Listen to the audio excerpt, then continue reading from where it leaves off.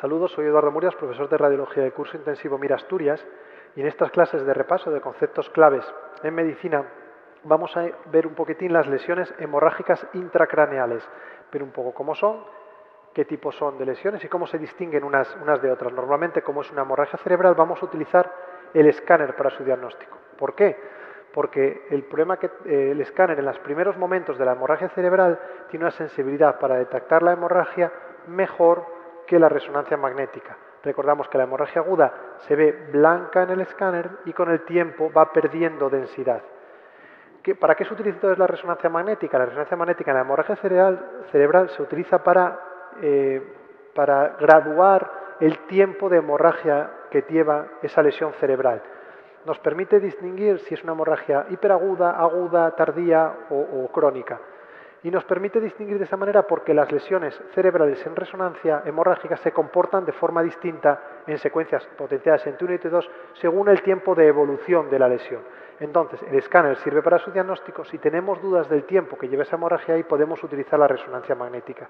Lo que tenemos que saber claramente en la resonancia magnética es que lo único que tenemos que saber de las hemorragias cerebrales en resonancia magnética es que en el momento hiperagudo suelen ser hiperintensas en T2, de forma subaguda suelen ser hiperintensas en T1 y ya en fase crónica en T1 se vuelven ya hipointensas y en T2 presentan un anillo que es hiperintenso en T2.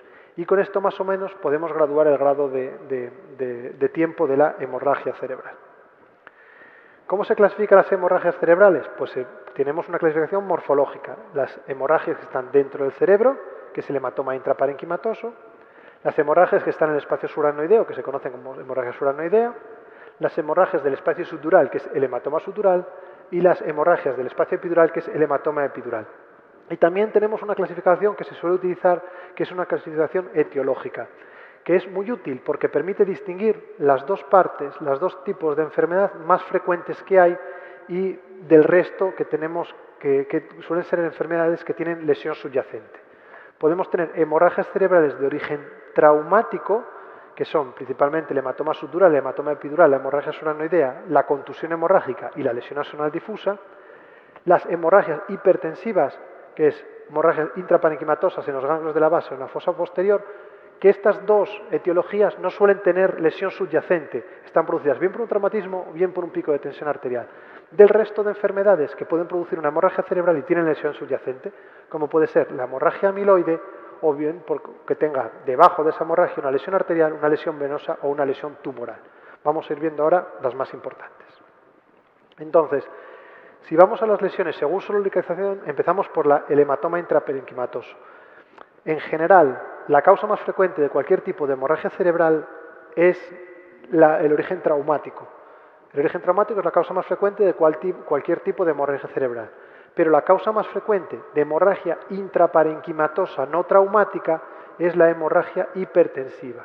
Está producido dentro del sistema ventricular y provoca dos complicaciones principalmente. Está producida dentro del parénquima cerebral y tiene dos complicaciones principalmente. Que la sangre que la vemos blanca en el TC pase al interior del sistema ventricular y nos haga una hidrocefalia, o bien que genere un efecto masa tan grande que desplace las estructuras cerebrales y requiera una intervención neuroquirúrgica para quitar esa hemorragia. La hemorragia suranoidea, cuya causa más frecuente es la traumática, tenemos una etiología no traumática que es producida normalmente por los aneurismas cerebrales y tiene esta imagen en la cual se mete por las fisuras del cerebrales, por las cisternas y por los surcos corticales. Esto es una hemorragia subaranoidea. Pensar siempre en origen traumático o en origen de aneurisma cerebral. ¿Cuál es la complicación más frecuente de la hemorragia subaranoidea? Como la hemorragia subaranoidea se mete en el sistema ventricular porque el sangrado subaranoideo está comunicado con el sistema ventricular, puede hacer hidrocefalia aguda.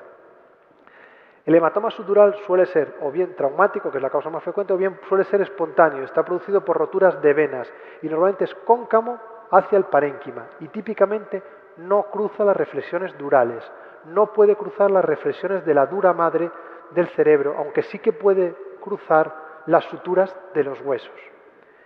El hematoma epidural de origen arterial suele tener una morfología convexa hacia el parénquima cerebral y aunque puede cruzar las reflexiones de la dura en el cerebro lo que no hace nunca es cruzar las suturas, porque la dura madre se ancla en las suturas de los huesos y el hematoma epidural no puede cruzar una sutura. Por eso lo distinguimos del hematoma sutural. Recordamos, el hematoma epidural puede cruzar la hoz del cerebro. Esto es un hematoma epidural, porque está cruzando la línea media y eso el sutural no lo va a hacer, pero no cruza nunca las suturas. En cambio, el hematoma sutural no cruza la hoz del cerebro, pero sí que puede cruzar las suturas de los huesos. Si hablamos de hemorragias cerebrales traumáticas, la hemorragia suranoidea, el hematoma epidural y el hematoma sutural pueden tener un origen traumático y no se diferencian del origen espontáneo de cada una de estas tres entidades. Pero hay otras dos entidades que hay que conocer. La primera es la lesión axonal difusa. La lesión axonal difusa hay que diferenciarla de las contusiones hemorrágicas focales. ¿Cómo se diferencia? Las dos son hemorragias intraparenquimatosas, las dos son hemorragias que están dentro del cerebro, pero la lesión axonal difusa está producida por la hemorragia que se produce por la rotura de los axones de las neuronas. En cambio, la hemorragia intraparenquimatosa está producida por la lesión de las arterias intraparenquimatosas. ¿Qué diferencia hay? Que las contusiones hemorrágicas son lesiones focales que ya están desde el inicio del traumatismo. Si yo le hago un escáner y veo una lesión dentro del parénquima cerebral, esto no es una lesión axonal difusa, esto es una contusión hemorrágica y se produce normalmente por el golpeo del parénquima cerebral contra el hueso y al tensar las arterias y las venas cerebrales. La lesión axonal difusa, cuya se diagnostica normalmente con la secuencia de gradiente, son lesiones focales puntiformes en el cuerpo calloso y en la sustancia blanca y normalmente se diagnostican días después de la hemorragia inicial en pacientes que el escáner es normal, pero ellos clínicamente evolucionan mal, no conseguimos que se despierten. Entonces le hacemos una secuencia de gradiente y vemos estas lesiones puntiformes que se corresponden con zonas de lesión axonal difusa y marcan el pronóstico del paciente. Recordamos la hemorragia cerebral hipertensiva, localización típica, ganglios de la base, en zonas de perforantes, troncoencéfalo y cerebelo. Localización típica. Si vemos una hemorragia de este tipo, tenemos que suponer que es hipertensiva. Si vemos una hemorragia que no se parece a este origen hipertensivo, tenemos que sospechar que tenga una lesión subyacente. Por ejemplo, que tenga algo debajo, que tenga una lesión vascular o un tumor, que tenga algo debajo de esa lesión. Por ejemplo, que el paciente no tenga una lesión hipertensiva, sino que tenga una hemorragia amiloidea, que es una causa frecuente de hemorragia en pacientes normotensos o con tensión arterial controlada. Son hemorragias que suelen ser grandes, en sitios no típicamente de hemorragia hipertensiva, suelen tener a veces forma irregular, con mucho edema, con varios focos de hemorragia y se diagnostican principalmente cuando le hacemos una secuencia de gradiente y aparecen muchas hemorragias. Han tenido la hemorragia que le estamos diagnosticando y otras muchas en otras zonas del cerebro. Normalmente tienen además esta forma digitiforme y es lo que se conoce como hemorragia amiloidea, que está asociada con el alelo ApoE4, que cuando vemos esta asociación ya confirmamos el diagnóstico de hemorragia amiloidea. Recordar, paciente anciano, normotenso, con tensión arterial colocada, con varias hemorragias y con forma digitiforme. Y esa hemorragia no en un sitio típico de hemorragia hipertensiva, sino en otra localización. Hay hemorragias cerebrales con lesión subyacente de origen vascular. Recordamos los aneurismas cerebrales como esa dilatación que nos provoca hemorragia suranoidea. Recordamos que hasta el 5% de los ictus isquémicos se van a complicar con una hemorragia cerebral, van a tener una rotura, entonces ya no es una hemorragia hipertensiva, es una hemorragia secundaria a un ictus isquémico. Las hemorragias pueden producidas también por lesiones vasculares intraparenquimatosas, como por ejemplo una malformación arteriovenosa. Una malformación arteriovenosa con esos vasos, en esas zonas del cerebro formadas por vasos displásicos con forma como de alambre, como de cuerda. Entonces estos ovillos vasculares se rompen y provocan hemorragias cerebrales. ¿Cómo diagnosticamos una hemorragia producida por un aneurisma cerebral y una hemorragia producida por una malformación arteriovenosa? Haciendo un angiotac. Con el angiotac vamos a ver los vasos displásicos y vamos a ver qué es la causa de la hemorragia cerebral. El cavernoma es una causa de hemorragia cerebral con lesión subyacente muy importante. La tenemos que conocer y aparece típicamente en jóvenes. Son pacientes jóvenes que acuden principalmente por una pequeña lesión hemorrágica cerebral espontáneamente hiperintensa en el TC y que al hacer la resonancia vemos que son lesiones localizadas en el parénquima cerebral que no tiene lesión arterial asociada, le hacemos un angiotac, no vemos lesiones arteriales asociadas a la lesión y que no le encontramos otra causa. Entonces tenemos que suponer que lo que tiene es un cavernoma, es decir, un agujero dentro del cerebro que ha sangrado. Y para el diagnóstico de cavernoma es imprescindible estudio vascular para ver que no existe lesión arterial ni venosa subyacente. Estas hemorragias cerebrales son producidas por los cavernomas.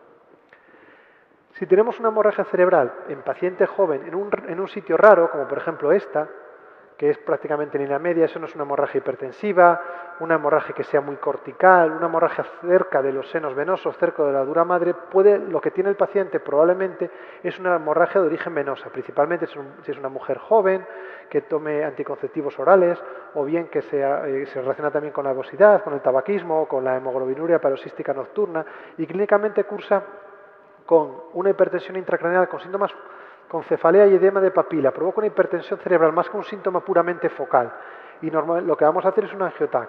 Pero en este caso, como no sospechamos patología arterial, no hacemos un angiotac arterial. Hacemos un angiotac venoso para ver el seno transverso, el seno sagital superior con el signo del delta, que se ve negro en el medio porque tiene un trombo dentro del seno sagital superior. Este signo del delta nos diagnostica la presencia de una trombosis venosa cerebral. Para terminar, hay tumores que sangran y son muy difíciles de identificar. Recordemos que la hemorragia intraparenquimatosa por encima de la primera semana capta contraste en anillo. Por lo tanto, si yo tengo un paciente con una hemorragia cerebral y a los 10 días le hago la resonancia y veo una captación en anillo, puede que tenga un tumor cerebral o puede que no lo tenga, pero no lo voy a saber porque no tengo forma de saberlo. Entonces, hay tumores que sangran y se suele hacer el diagnóstico diferencial en la primera semana tras la hemorragia inicial. ¿Qué es lo que vemos normalmente? Son sangrados atípicos dentro del parénquima cerebral y si le pongo en el primer momento contraste, puedo ver captaciones del parénquima donde no hay sangre. Entonces esas captaciones donde no hay sangre puedo suponer que lo que tiene es un glioblastoma multiforme que ha sangrado, que es el tumor cerebral que más sangra. Pero hay que acordarse que también el ependiboma, el oligodendroglioma, el astrocitoma periocítico y algunas metástasis pueden sangrar. Nos acordamos principalmente del glioblastoma, que es el más frecuente.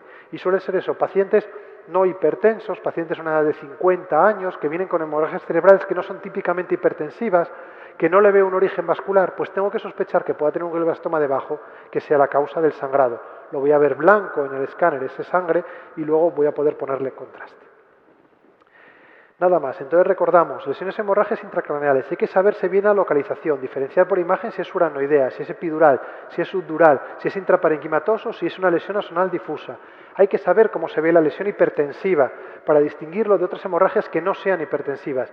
Y hay que saber que si tiene un origen arterial, voy a utilizar un angiotac arterial para su diagnóstico, como puede ser en el aneurisma cerebral o bien en la malformación arteriovenosa. Si sospecho una patología venosa, voy a utilizar un angiotac venoso para ver el signo del delta, para ver el seno trombosado. Y si lo que tengo es un tumor, hay que hacer el diagnóstico en la primera semana para ver si capta contraste, para ver si ese paciente tiene un tumor subyacente que sea la causa del sangrado y descartar sobre todo un glioblastoma multiforme. Nada más, eso es todo.